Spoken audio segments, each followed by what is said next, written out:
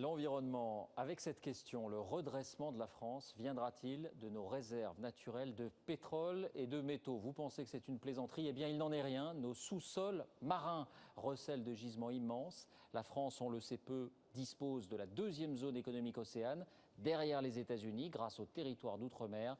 Les nouvelles techniques permettent désormais d'y accéder. Nicolas Châteauneuf, Éric Delagneau.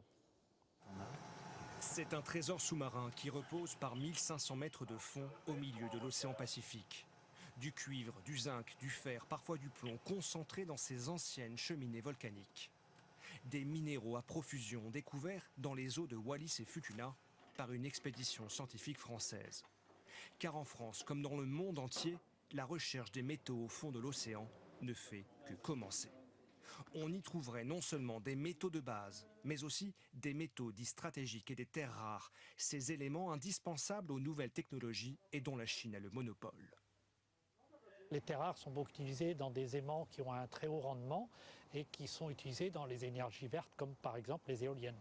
L'intérêt éventuellement de trouver des terres rares dans l'océan, c'est d'être moins dépendant de la Chine pour les industries françaises et européennes par exemple. Dans cette course aux minerais sous-marins, la France est bien placée. Notre pays possède un immense territoire maritime de 11 millions de kilomètres carrés. C'est le deuxième au monde derrière les États-Unis. Plusieurs groupes publics et privés y sont spécialisés dans l'exploration et l'exploitation sous-marine. Certains travaillent déjà sur des systèmes de robots miniers opérant à grande profondeur et sont contactés par des étrangers. On a beaucoup de contacts avec des sociétés australiennes, des sociétés sud-africaines, canadiennes, qui envisagent ce genre d'exploitation, en particulier pour l'or et le cuivre. Reste une inconnue de taille, la fragilité de la faune sous-marine à ces grandes profondeurs. Bonsoir Nicolas Châteauneuf, on vous retrouve. Va-t-on exploiter ces ressources? Eh bien oui David, dans les 15 ou 20 prochaines années, on va sans doute voir les premières mines sous-marines parce que les enjeux sont tout simplement énormes.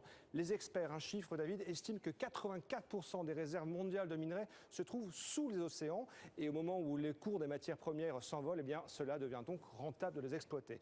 Alors attention, bien sûr ce n'est pas si simple, hein. On parle quand même d'extraire des minerais entre 2000 et 4000 mètres de profondeur dans un milieu très hostile avec une pression de l'eau énorme. Alors évidemment, tout devrait être robotisé, piloté de la surface.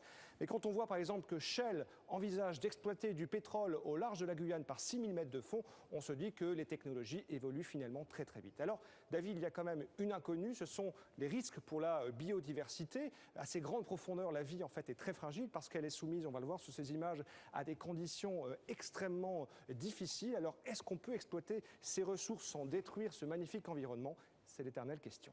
Merci Nicolas.